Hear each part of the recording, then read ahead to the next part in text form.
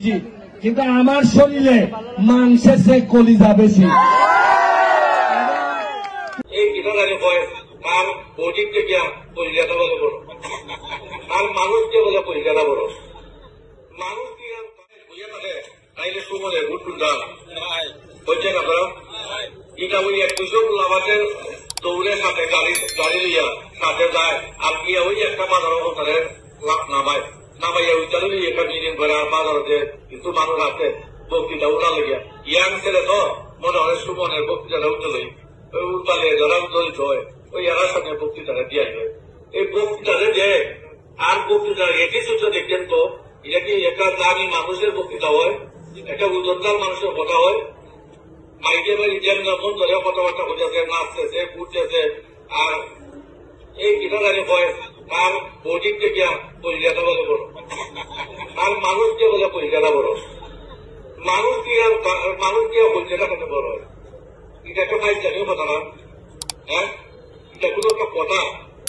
তুই এমপি কত দাঁড়াইছ হিসাব নিকাশ করে কথা হচ্ছে, ওজন রেখে কথা হচ্ছে, ধরে যাদের মাঝে মনে করে দামি মানুষ সম্মানী মানুষ বিয়ে স্তরে একটা ছেলে অবশ্যই তো সম্মানী, তোর সম্মানটা তুই রক্ষা করে ধরতে না, তোর কথাবার্তা আচরণের মাঝে বলতো তুই দামি না কম দামি। এই যে একটা কথা হয়েছে মাউ বাইরে পাইব নৌকা আর আমার এসে কাছে বইটা যখন তার বইটা গুণা নকল যায় তার বই সব এখানে আছে বইটা আছে কেন অতদিন যে বইল মাউ বাড়ির এসে কাছে নৌকা আর আমার বইটা যখন বইটা বই আগে একটা বাড়ি মিথ্যা প্রমাণ হয়ে গিয়া হ্যাঁ কাজেই আমরা আর সেদিকে যাইতাম না। মনে রাখবেন আমি যে সুযোগ পাই নাই, আমাদের নেতারা যে ধরনের সুযোগ দিতে পারে নাই, আমি কথা দিচ্ছি যদি আমি দায়িত্ব পাই যে জিনিস আমি পাই নাই আমার পরবর্তী প্রজন্মকে আমি এটা নিশ্চিত করব।